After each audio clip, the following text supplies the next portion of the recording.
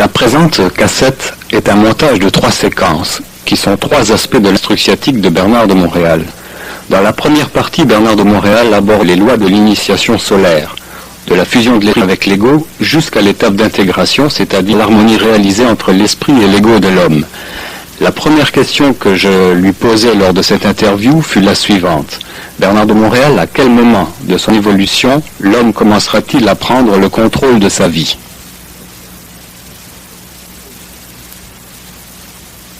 Aujourd'hui, à la fin d'un évolution, c'est-à-dire que nous sommes aujourd'hui à la fin d'un cycle de vie où l'homme commencera lentement à prendre le contrôle de sa vie. Ça veut dire quoi, prendre le contrôle de sa vie? Ça veut dire comprendre parfaitement les lois de son énergie créative, de son énergie interne, de son esprit, ou de ses forces en lui qui sont occultes ou cachées et qui travaillent subtilement à l'utilisation ou à travers son centre mental ou son centre émotionnel. Donc l'homme doit devenir maître de la vie. Il doit devenir de plus en plus vibrant à son énergie. Et ceci requiert qu'il y ait dans ses composants psychologiques, dans les composants de son émotion, de sa mentalité, un changement irréversible. Et quand je dis un changement irréversible, je dis ce changement qui fait en sorte que l'ego demain ne sera plus le même. L'ego demain sera dans sa clarté, dans la netteté de son intelligence, dans la lucidité de son intelligence, et il ne pourra plus fonder sa conscience expérimentale, existentielle, sur une convenance sociale qui fait partie de l'ancienne race humaine. Et c'est pourquoi l'ego qui se conscientisera au cours des prochaines générations sentira le déchirement. C'est inévitable. C'est pourquoi je dis qu'il y a aujourd'hui sur la Terre une initiation solaire qui n'est plus véhiculée par des hommes, mais qui est véhiculée par l'esprit dans l'homme, et ceux qui ont la sensibilité, qui sont suffisamment évolués pour supporter le champ de cette énergie, en arriveront éventuellement à vivre la métamorphose de l'ego, la métamorphose de leur conscience, et pénétreront graduellement dans la fusion de leur intelligence.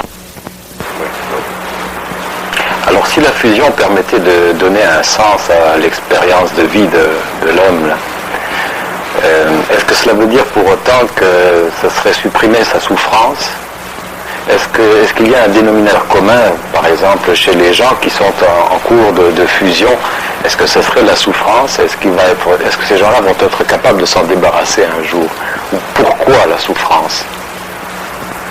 Oui, la souffrance, elle est inévitable parce que l'homme qui se conscientise ou qui parvient à vivre de son intelligence créative est obligé de laisser de côté, laisser derrière lui l'intelligence conceptuelle qui est fondée sur la mémoire. Il est obligé aussi, en deuxième lieu, de subir le choc de pénétration de l'énergie de son propre esprit, ce qui altère son corps mental, son corps émotionnel, ce qui a un effet sur sa vitalité. Donc, l'homme qui se conscientise ne vit pas sa vie simplement psychologiquement, il la vit psychologiquement et à la fois vibratoirement, c'est-à-dire qu'il devient conscient d'une énergie qui le pénètre. Et comme il prend conscience de la multidimensionnalité de son être, c'est-à-dire qu'il prend conscience de la relation entre les événements sur le plan matériel et l'origine ou la cause de ces événements sur les plans invisibles qui font partie des plans de son esprit, il commence à voir une interconnexion entre ce qu'il vit existentiellement et ce qu'il vit sur le plan de l'événement. Et étant conscient pour la première fois de la multidimensionnalité de son expérience, il s'aperçoit que la volonté de vivre, la liberté de vivre qu'il possédait auparavant, était une volonté ou une liberté assujettie à une ignorance, c'est-à-dire assujettie à une condition d'entendement qui ne relevait pas de son esprit, mais qui relevait de son intellect, de son expérience, de la limitation de ses sens. Donc automatiquement, l'ego est forcé de réaliser, éventuellement d'admettre, qu'il y a en lui une présence qui est son propre esprit, dont la puissance énorme crée en lui une perturbation. Lorsque l'esprit de l'homme est prêt à faire la fusion avec le mortel, il se produit chez le mortel une transmutation de ses corps qui amène à un développement de conscience, donc à une perturbation de sa relation entre ce que lui croit être réel et ce que la réalité est en fait absolue. C'est ce qui crée la transe. C'est la réalité qui s'impose. C'est la réalité de l'homme qui s'impose à l'irréalité de l'homme. Donc il y a déplacement dans l'irréalité de l'homme, il y a souffrance à cause de ceci.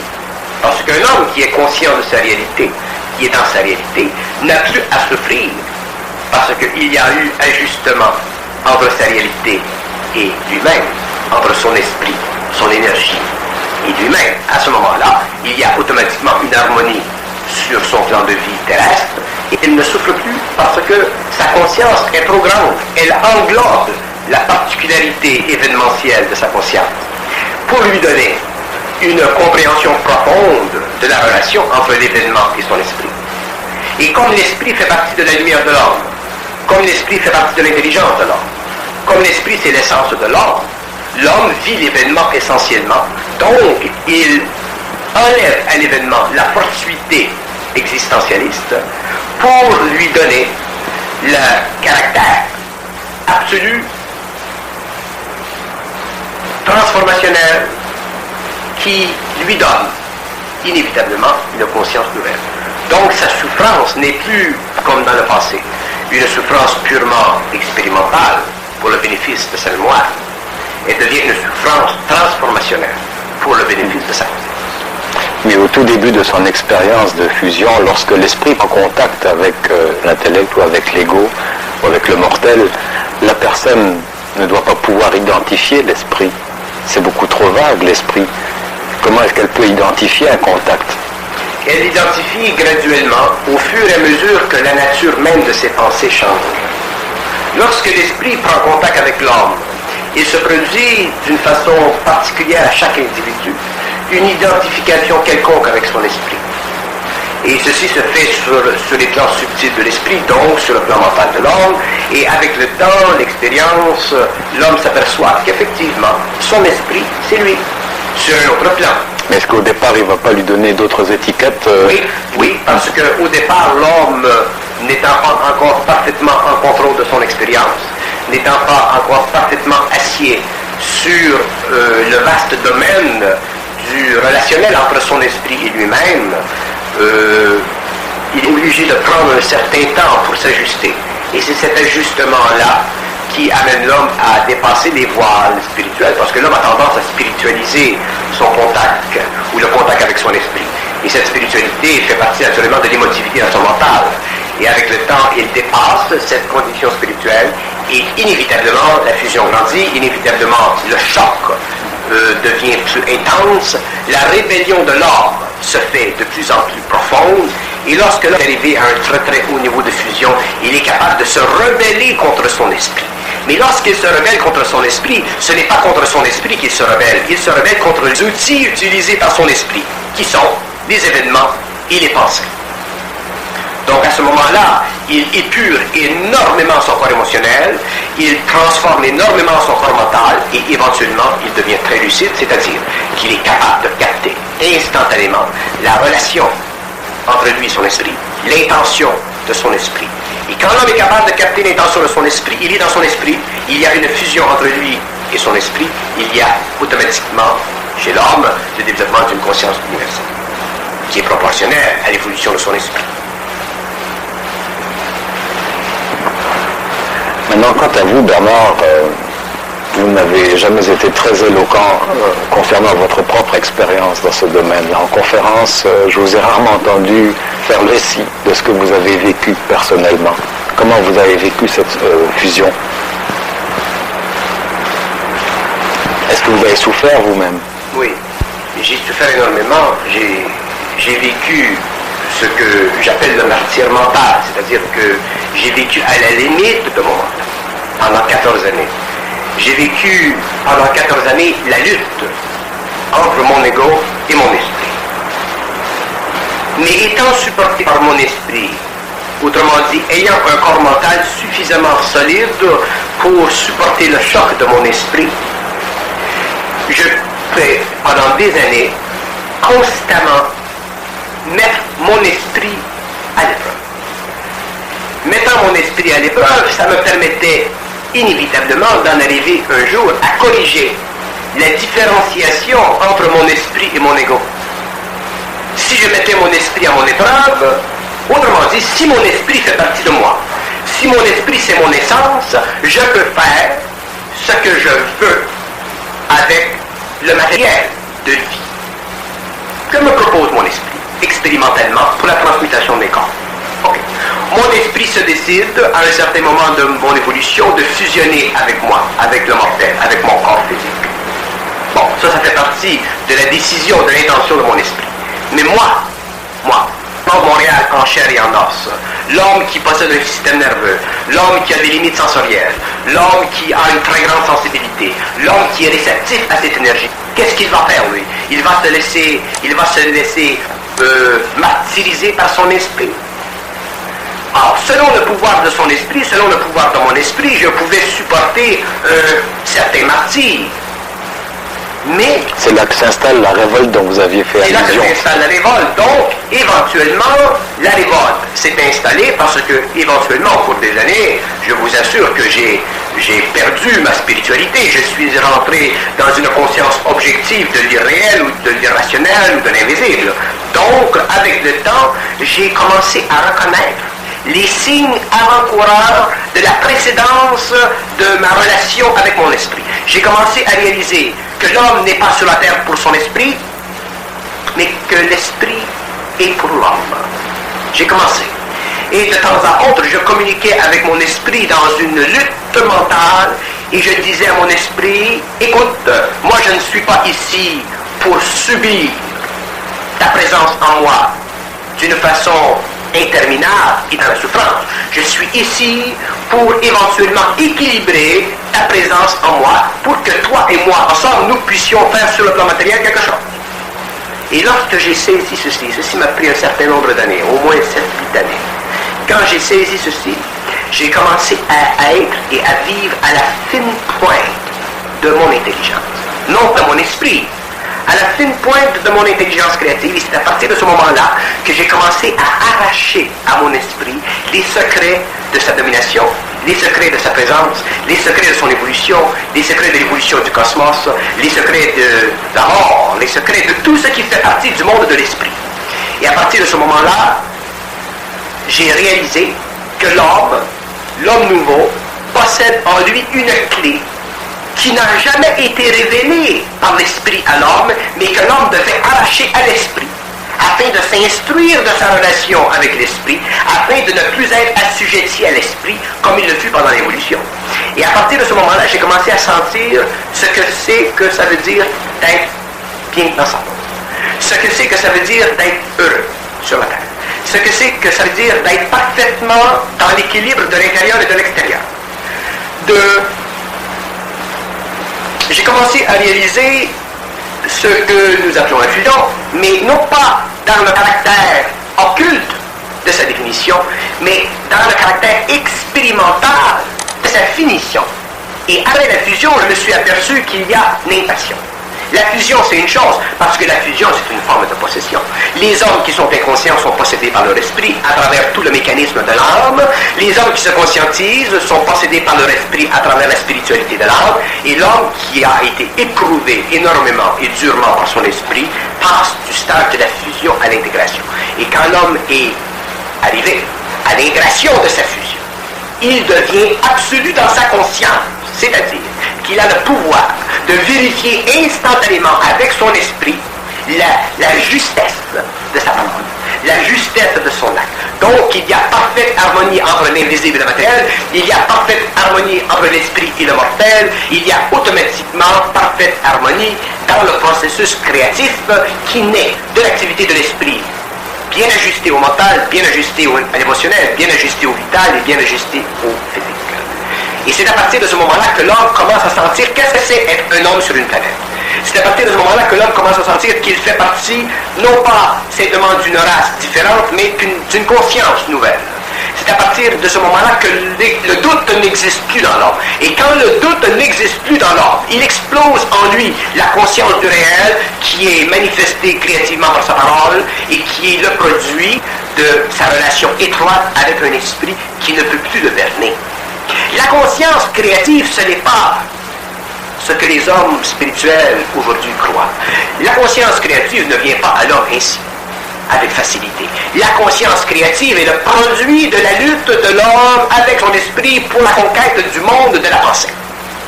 Lorsque l'homme a réussi à conquérir le monde de la pensée en éliminant dans la pensée l'émotion, il s'aperçoit inévitablement qu'il y a une relation parfaite entre son essence et sa substance, entre son esprit et son corps matériel, donc qu'il y a intégration, unitisation de l'homme et qu'il y a parfait raccordement entre l'invisible et le matériel. À partir de ce moment-là, l'homme commence une nouvelle évolution et avec le temps, selon les conditions, le bon vouloir, des besoins cosmiques de l'esprit en relation avec l'évolution d'une race matérielle sur une planète matérielle, les pouvoirs de l'homme grandissent, l'ego n'est plus là pour bénéficier égocentriquement de ses pouvoirs, il y a canalisation de l'énergie, il y a ajustement entre l'énergie et l'action de l'homme, et il y a inévitablement une science cosmique qui viendra dans le monde manifester le pouvoir de l'esprit sur la terre. C'est ça qu'on peut appeler le début de la conscience, ou de la descente de la conscience supramentale sur la terre. Mais la conscience supramentale, ce n'est pas fini. Après la conscience supramentale de l'homme, il y a la conscience parfaite de l'esprit de l'homme à travers le mental ou le supramental humain. Si l'homme n'a pas conscience parfaite de l'utilisation de la pensée pour le travail dans son mental, il ne peut pas éventuellement coordonner son activité à son essence, il ne peut pas bénéficier de son esprit financier. C'est pourquoi après la fusion, il y a l'intégration. Et l'intégration, c'est la finalité. L'intégration, lorsqu'un homme est intégré, il n'a plus à rechercher, il n'a plus à comprendre. Il part, il crée, il fait, il dit, et ce qu'il fait est parfaitement en équilibre, donc il est le résultat de l'activité créative de son esprit à travers son ego. Et à partir de quel moment l'homme peut-il commencer à lever le voile sur le mystère? Est-ce que c'est au moment de la fusion ou de l'intégration? Non. L'homme commence à lever le voile sur le mystère à partir du moment de l'intégration. Parce que pendant la fusion, l'homme est donné des voiles. Il est mis des voiles sur son chemin pour les déchirer. L'esprit, dans son intelligence, est obligé de mettre des obstacles pour que l'homme déchire. Il met des obstacles, l'homme déchire, il met des obstacles, l'homme déchire. Et éventuellement, lorsque l'homme a déchiré, il va éventuellement qu'il n'y a plus rien à déchirer. Quand il n'y a plus rien à déchirer, c'est l'intégration. Et à ce moment-là, il y a un équilibre cosmique entre le planétaire et le cosmos, entre l'homme et l'esprit. Et la volonté de l'homme et la volonté de l'esprit est la même. L'intelligence de l'homme et l'intelligence de l'esprit se fondent. Et l'amour de l'homme et l'amour de l'esprit deviennent un. Donc à ce moment-là, l'homme bénéficie des trois principes cosmiques qui font partie de ce centre, l'amour, l'intelligence et la volonté. Mais il ne souffre plus de l'intelligence, il ne souffre plus de la volonté, et il ne souffre plus de l'amour.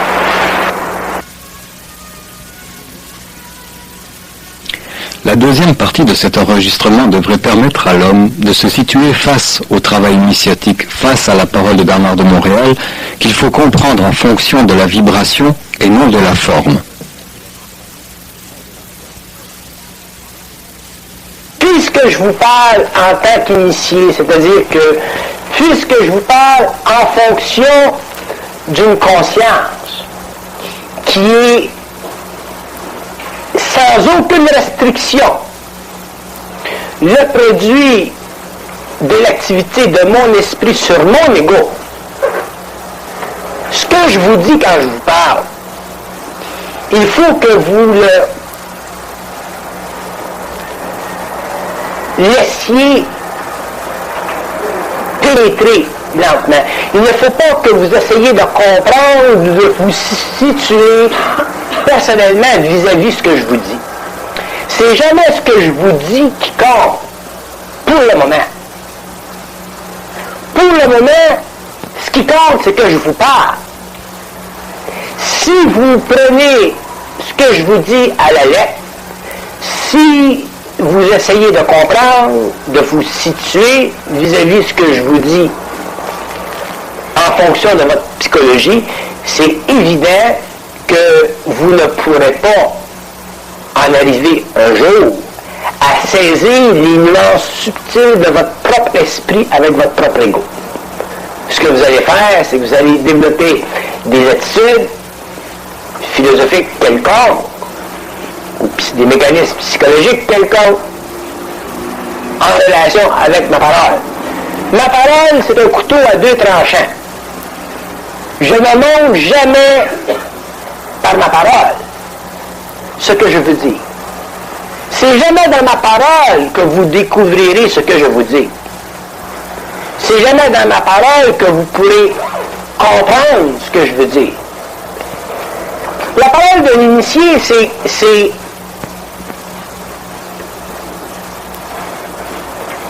comme de l'eau qui tombe un petit peu partout. Des fois, il y a une goutte d'eau qui tombe à un point sensible du terrain pour faire pousser de l'herbe.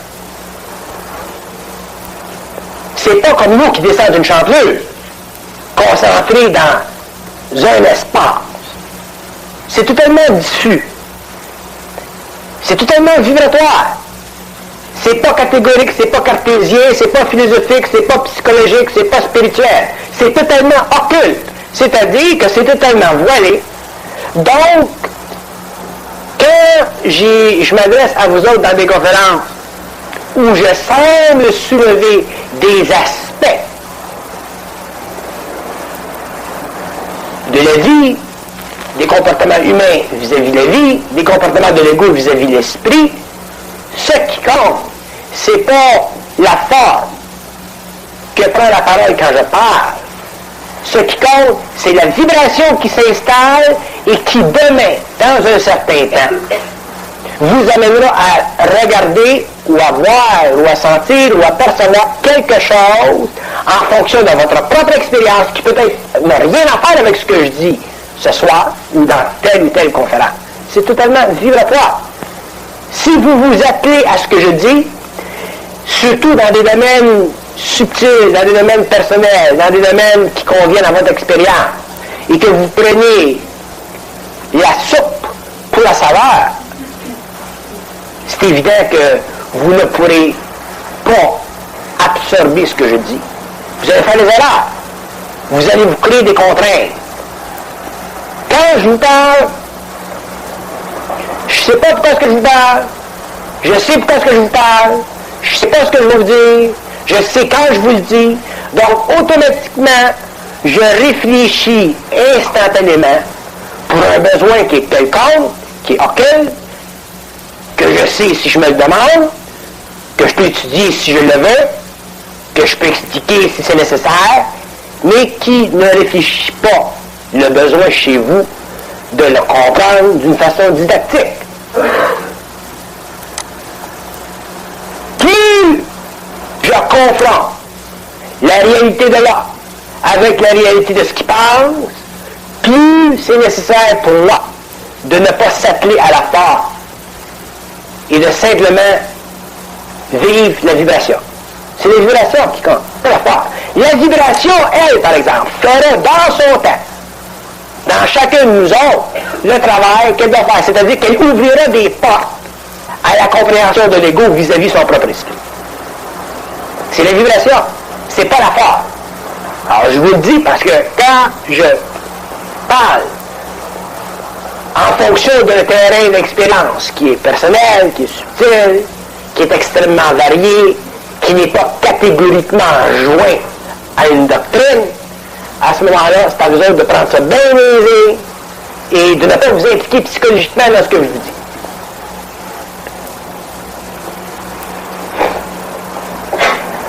Pour vous autres, c'est bien important. La seule chose que je peux vous dire, c'est que je sais ce que je dis. Bien sûr.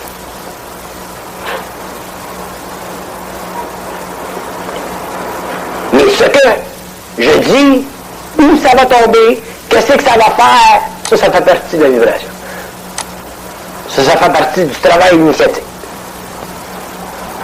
Ça fait partie de ma capacité de révéler des aspects, des voiles de la conscience planétaire de l'homme, que l'homme comprendra, vivra dans son temps. Sans ça, vous allez devenir toute croche. Il ne s'agit pas pour nous de devenir croche, il s'agit pour nous de devenir de plus en plus réel. Et le réel ne convient pas à l'ego. Le réel ne fait pas partie de l'ego. Le réel traverse l'ego. Un jour, vous comprendrez ça. Que le réel traverse l'ego. Il ne convient pas à l'ego. Le réel ne convient jamais à l'ego. Il ne conviendra jamais à l'ego, le réel. Parce que le réel fait partie du monde mental de l'esprit et ne fait pas partie du monde réflexif de l'ego. L'évolution d'une race vers une autre, la transition d'une race vers une autre, l'intégration d'une nouvelle race, la conscientisation de l'homme sur la Terre nécessite la restructuration du sol à l'intérieur duquel l'homme a vécu pendant les millénaires. On n'a pas de choix. Alors, ce qui caractérise l'homme nouveau, l'homme de demain, c'est sa capacité d'en arriver un jour à être d'abord lucide et avoir la volonté pour exprimer sa lucidité. Tout le reste, c'est une forme ou autre d'affabulation de l'ego.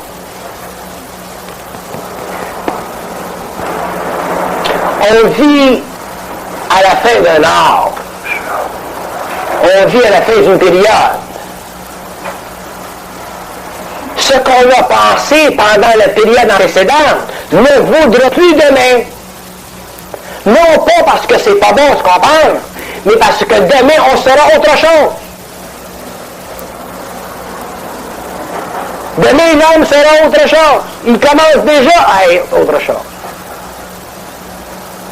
Demain l'homme vivra à partir du front, il ne vivra plus à partir du plexus solaire. Il utilisera simplement le plexus solaire pour performer certaines actions. Donc l'homme vivra à partir du front. Et quand l'homme vivra à partir du front, sa conscience sera différente, donc sa vie sera différente. Donc, les conditions, les qualités, les aspects philosophiques, psychologiques de sa vie seront autres. Il n'y en aura plus de philosophie dans sa tête. Il n'y en aura plus de psychologie dans sa tête. Il y aura simplement dans sa tête de la volonté et de l'intelligence pure.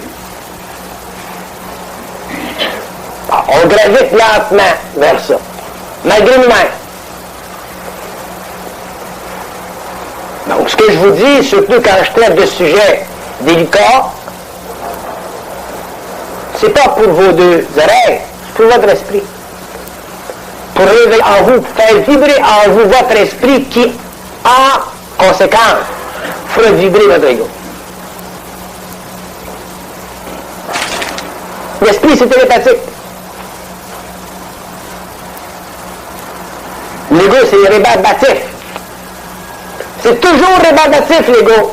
Ça l'a toujours été, puis ça va l'être tant que l'homme ne sera pas arrivé dans un niveau de conscience supérieur. L'ego, c'est rébarbatif.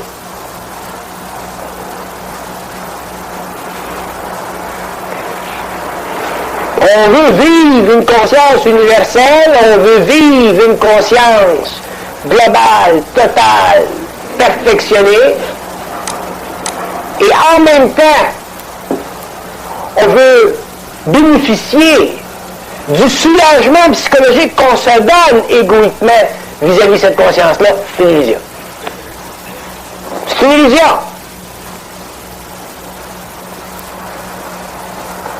Vous ne pouvez pas mystifier la pensée indéfiniment.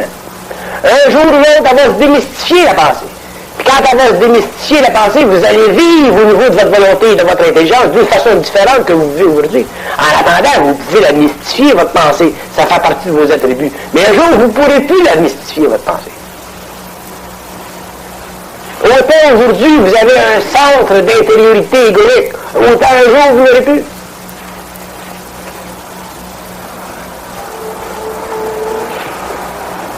L'esprit, c'est la puissance de l'âme, c'est la puissance dans l'âme. L'ego n'est qu'une lentille. Aujourd'hui, on pense que l'ego, c'est l'esprit. L'ego n'est pas l'esprit. L'ego, c'est l'ego. L'esprit, c'est l'esprit. Il y a une partie qui est cosmique, une partie qui est planétaire. Donc, dans l'instruction initiatique que l'homme reçoit, il y a effectivement des aspects qui sont au-delà de la réalisation de l'ego, et ça fait partie du travail initiatique de l'esprit à travers l'homme pour la conscientisation de l'ego à travers les expériences de l'art. L'esprit n'enseigne pas à l'âme, l'esprit instruit l'âme. Instruire veut dire corriger les aberrations de l'intellect, corriger les aberrations de l'ego intellectualisé, corriger les aberrations du mental inférieur, c'est ça instruire. Enseigner, c'est amplifier les aberrations de l'ego.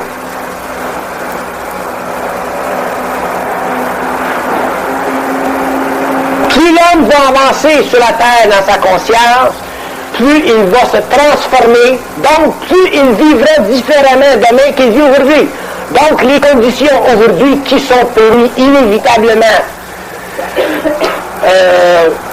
correctes dans un certain sens, ou sérieuses dans un certain sens, ou pleines de conséquences dans un certain sens, demain elles ne le seront plus. Selon l'âge, selon le tempérament, selon le caractère, selon l'évolution, selon la souffrance, selon l'expérience, selon la volonté, selon l'intelligence, selon la fusion, selon l'intégration de la fusion. Ce qu'on pense aujourd'hui, demain, on le verra différemment. Et ce qu'on pense demain, on le verra encore différemment après-demain. C'est ça la transmutation du corps astral de l'âme, du corps mental inférieur de l'âme. Donc, ce que je vous dis, attachez-y pas d'importance. Si vous y attachez d'importance, vous développez des attitudes. Mais ce sont des façons, pour moi, de vous indiquer dans le temps que quand vous serez arrivé à la forge de l'expérience, il y aura une droite ou une gauche à prendre et vous devrez savoir si c'est la droite ou la gauche à prendre. Et vous faites plaisir. Je ne peux pas me complaire à vous parler pour vous enseigner. Je ne peux pas me complaire pour vous parler dans le rythme normal de votre propre intellect. Je suis obligé de vous parler comme je vous parle. Vous êtes libre de le prendre ou pas de le prendre. Mais ça ne change rien dans ma vie que vous le preniez ou que vous ne le preniez pas. Ce qui est important, c'est que ça soit parlé. Un jour, si vous réalisez certaines choses, à ce moment-là, ben, vous comprendrez en fonction de la vibration de ce que je vous ai dit, mais non pas en fonction de la forme. La forme, c'est simplement un transport pour l'énergie. Je suis occulte. Je ne vais pas parler pas occultement. Je suis occulte. Tout ce que je dis, c'est occulte. Autrement dit, tout ce que je dis, ça ne se comprend pas la plupart du temps. Et c'est justement parce que ça ne se comprend pas la plupart du temps que ça se comprend demain. C'est ça, occulte. Voilé, caché. Fait qu'essayez pas de rendre concret ce qui est occulte. Essayez pas de l'adapter à votre condition aujourd'hui. Il ne pourra pas s'adapter. Vous n'avez pas la même longueur de pied aujourd'hui que vous avez demain. Donc, ce ne sera pas le même suivi.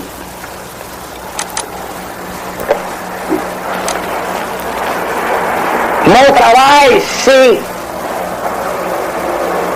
fondé sur la création dans l'homme, dans l'ego, de certains chocs. Je parle, donc je crée des chocs.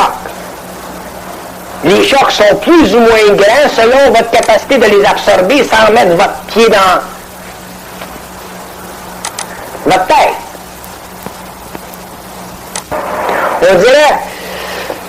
On dirait que l'homme ne réalise pas l'importance dans la vie de vivre. Il le sait. C'est important de vivre, ça donne quelque chose de vivre, ainsi de suite. Avez-vous remarqué que quand vous êtes jamais sorti de votre pays et vous allez dans un pays étranger, ça vous change un petit peu? Ça change. Le premier voyage que vous avez fait dans votre vie, là, en dehors de votre région natale, ça change. Bon, ben, imaginez-vous que chaque pays que vous faites, ça vous change de même. Chaque expérience que vous vivez, ça vous change de même. Donc, un homme qui est capable de bénéficier ou d'apprécier le changement qui est créé par les impressions quand il vit, puis il vit, à ce moment-là, il passe son temps à créer des impressions, à se donner des impressions. La vie, c'est ça. La vie, ça terre, c'est ça. Que ce soit dans un domaine ou que ce soit dans un autre domaine, la vie, c'est créer des impressions pour se nourrir mentalement, se nourrir émotivement. Même se nourrir vitalement et physiquement. C'est ça la vie. Aujourd'hui, c'est qu'on va voir des films. Ah, Indiana Jones, tout le monde va de ça, Indiana Jones. Il y a le Temple of Doom, ça marche là-dedans, comprends-tu? Le gars, il l'a le gâte, puis il a l'air dans ses fans, ça roule. Tu sors de là, t'es déprimé. T'es exilé un petit peu, là, parce que t'arrives dans la vibration astrale, puis après ça, là, c'est comme les gars qui vont voir Bruce Lee, tu sais. Tant que c'est un théâtre avec Bruce Lee, ils sont safe, tu sais. Mais quand ils sont rendus salut, Bruce Lee meurt. Tu sais. Il continue plus à vivre l'intensité vibratoire de l'impression. Pourquoi? Parce qu'ils ne sont pas capables de créer. Fait qu'ils vont en créer une fausse. Tu vas sentir toute la violence psychologique autour du théâtre quand tu sors. Là. Tout le monde veut se garocher les poings et les pattes. Il faut que tu fasses attention à comment tu parles au gars. T'sais. Ça, c'est l'exagération du moment. C'est pas dangereux, c'est là. Tes étapes vite.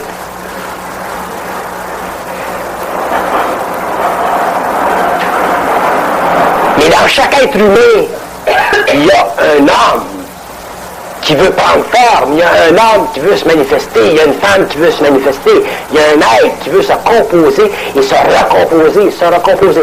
Et si vous n'apprenez pas dans votre vie à vous recomposer, quand même vous viendriez dans mes conférences pendant toute votre vie, ça ne vous donnerait rien parce que vous n'aurez pas compris le principe fondamental de la vie mortelle, c'est d'exercer le plus possible le pouvoir de l'esprit dans la matière.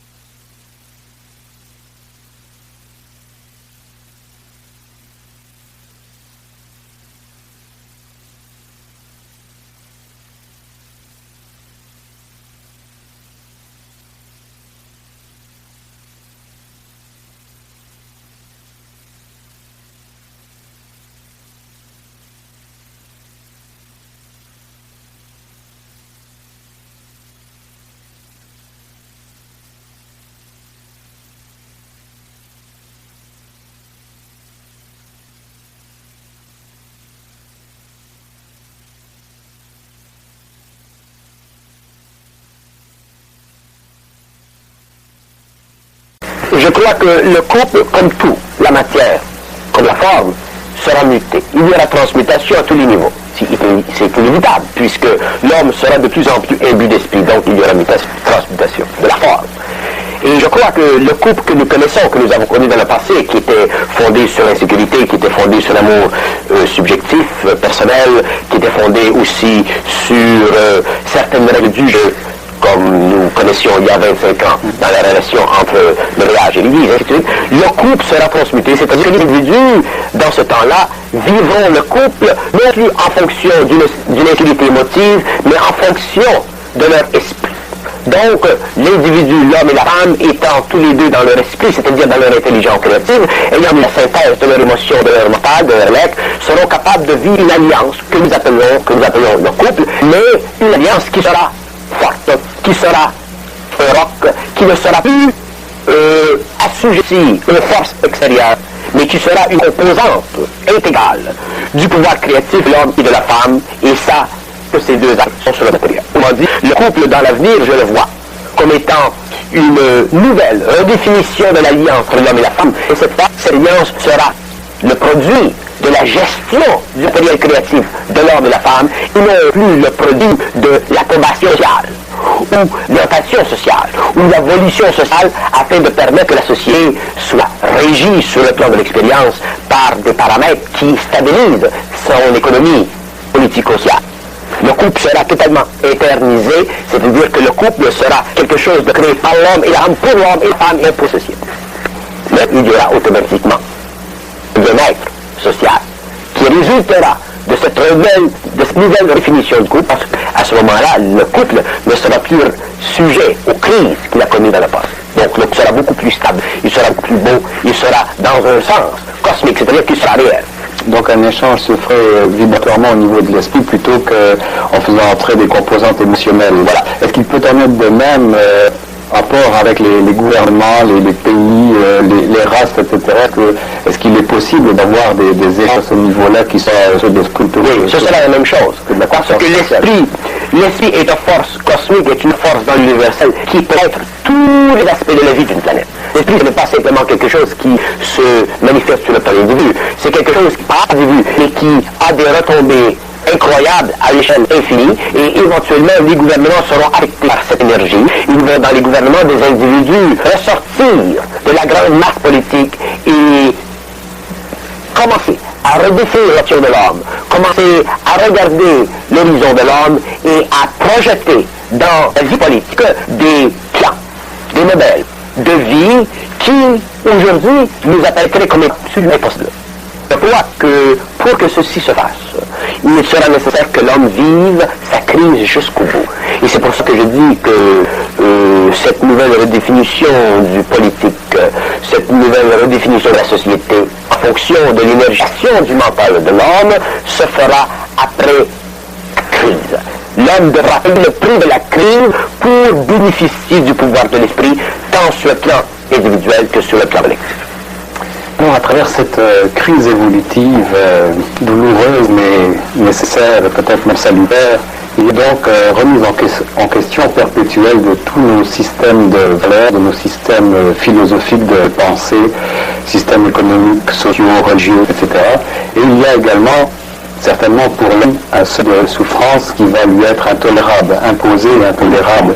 Mais il n'y a pas une façon ou un moyen pour l'homme de traverser intelligemment cette fin de cycle-là et de neutraliser, de temporiser en quelque sorte la souffrance. C'est une question intéressante. Je ne crois pas. Je crois que la crise est essentielle pour que pénètre l'esprit dans l'homme. Pour qu'il y ait chez l'homme un changement, il faut qu'il y ait une souffrance, un seuil de souffrance. Je ne suis pas de type optimiste dans ce sens que l'homme puisse passer à travers cette crise sans souffrir. Je crois que l'homme sera obligé de la vivre de façon intense selon son individualité, selon son stage d'évolution, son évolution, sa maturité. Et je crois que les nations les plus fortes, les signes les plus forts, les plus en santé, dépasseront les conditions difficiles de cette crise. Et nous savons très bien, dans le cadre de la biologie par exemple, de la génétique, que ce sont toujours les systèmes les plus en santé qui réussissent à continuer leur évolution. Et sur le plan de l'esprit, sur le plan de la gestion de la gestion de la société, je crois que ce sera la même chose. Il ne faut pas se leurrer. Mais nous devons savoir, et c'est ici qu'entre en jeu l'importance de la psychologie, l'importance de l'éducation. Nous devons savoir profondément qu'il y a des réponses à crise, qu'il y a des réponses à cette mutation, qu'il y a des réponses à cette question profonde de l'homme. Où va-t-il? Où les événements vont-ils mener? Ces réponses sont enfouies dans le sol de sa conscience primitive et il doit être déterré. Et l'homme pourra déterrer ses réponses s'il se donne la chance de regarder devant lui au lieu de couler de façon enfantine à fonder son avenir sur son passé. L'homme va regarder dans l'avenir avec une vision nouvelle. Les écailles doivent tomber de ses yeux afin que son esprit soit plus en position de donner à son intelligence de la clarté.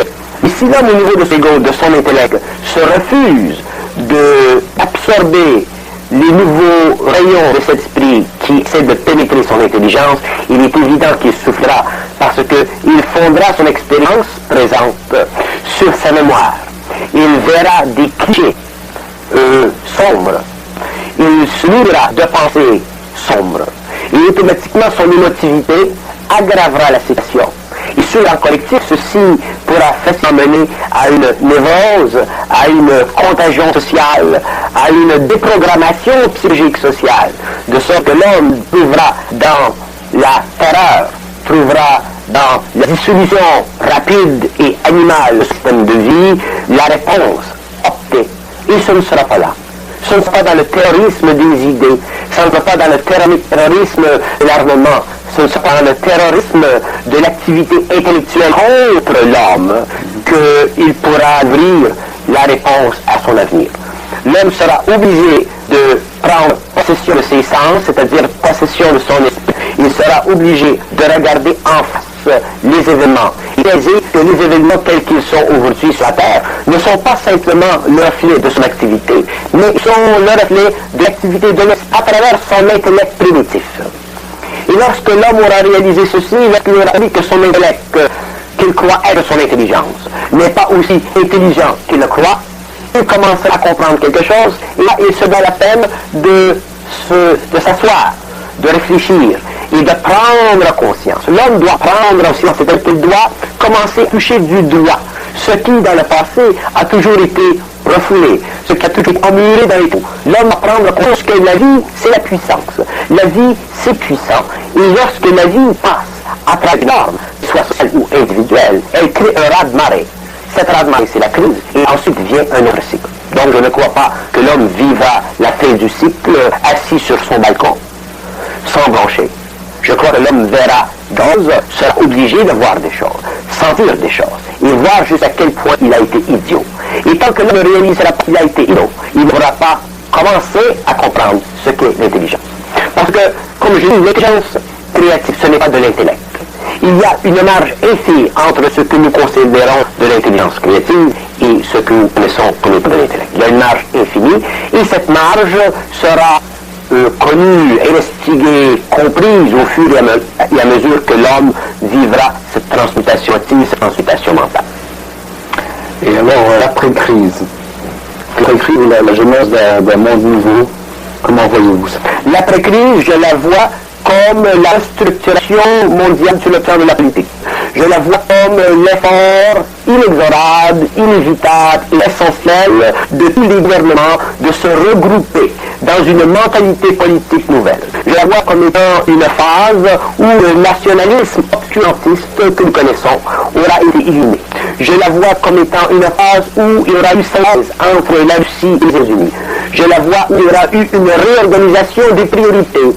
Je la vois comme étant une phase où l'homme de la masse sera suffisamment averti, suffisamment fatigué, suffisamment acculé par les conditions incontrôlables qui auront été déclenchées par les forces sociales et qui, effectivement, forceront l'homme à regarder d'un œil spicace les intentions, les mouvements, la gestion de ses affaires par les gouvernements. Le gouvernement mondial qui viendra de cette crise s'assure. C'est-à-dire que les masses auront pris la vertu de ce gouvernement, parce qu'ils auront compris que de vertu n'a pas pour gouvernement.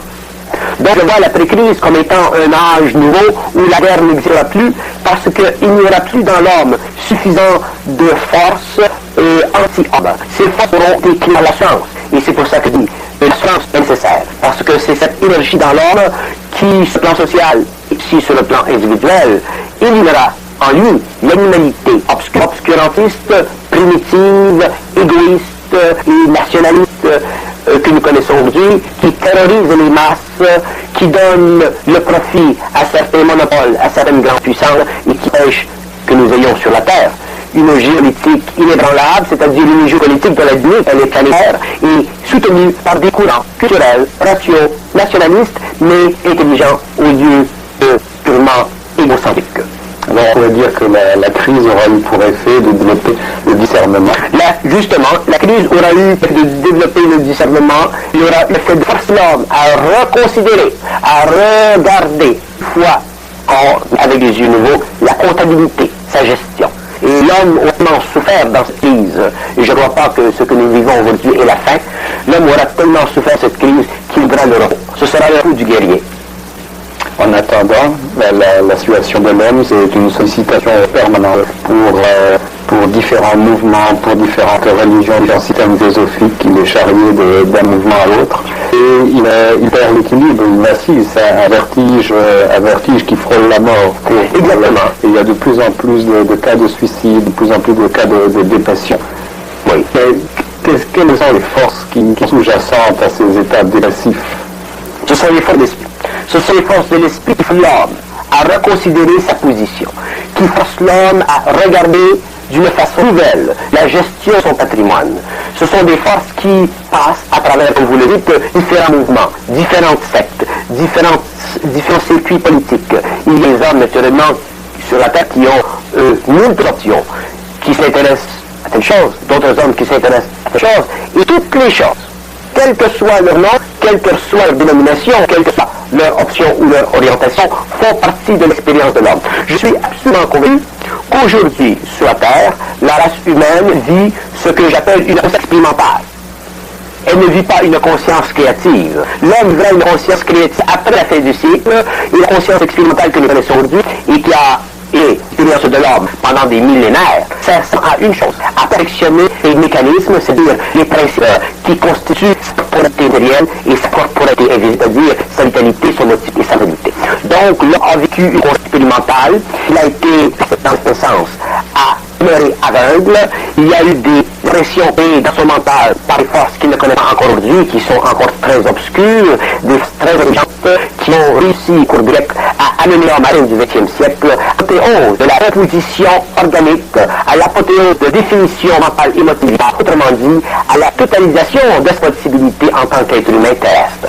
Et je crois qu'à la fin du cycle, après la crise, cette dernière grande crise, l'homme sera prêt à recommencer l'évolution, c'est-à-dire à réellement comprendre qu'il est sur l'air pour son bien-être, il est sur la terre pour faire son intelligence et se donner la chance de créer ce qui dans le passé était impossible, parce que dans le passé, mec était trop,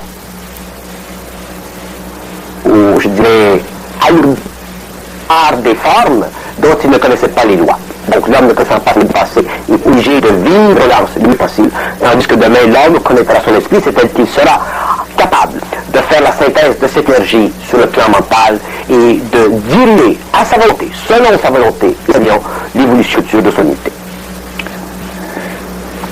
Alors ça vient à dire que toute cette vision évolutive par laquelle les personnes avaient différentes civilisations avait quand même un objectif. Mais la notion de progrès telle que les modernes se la représentent, c'est une ascension permanente. Et les ésotéristes perçoivent ce progrès au niveau de la conscience, et il semblerait que l'apparition de l'esprit sur la Terre jusqu'à nos jours, on serait plutôt en régression plutôt qu'en ascension. Comment peut-être que les ésotéristes tendent à penser à l'homme d'une façon universelle, et c'est très bien, parce que l'homme est un être universel. Et ils ont tendance à penser à l'évolution en termes de progression permanente. Ça, c'est vrai dans un sens seulement. Dans ce sens que la période que nous avons connue jusqu'à nos jours est une période évolutive, c'est-à-dire c'est une période qui a permis à l'esprit de descendre dans la matière, de former les corps physiques et subtils de l'homme. Mais maintenant que nous avons besoin de ces corps sont formés, nous entrons dans ce que nous pouvons appeler l'évolution. L'homme commence maintenant, à la fin du XXe siècle, son évolution réelle, c'est-à-dire qu'il prend possession de son territoire psychique.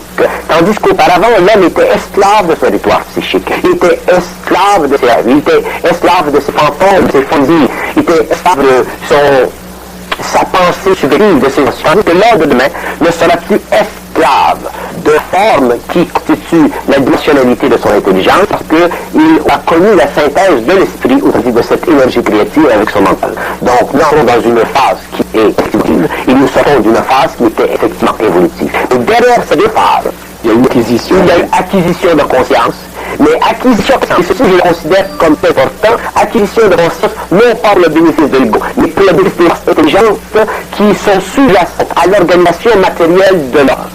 Et c'est pour ça que je dis que l'homme maintenant doit devenir autonome, centrique, c'est-à-dire un être capable de gérer ou de faire la gestion lui-même, du matériel psychique en lui, au lieu que ce matériel lui soit imposé, comme il lui a été imposé par le passé, à travers les philosophies, à travers les religions, à travers les systèmes qui ont changé constamment.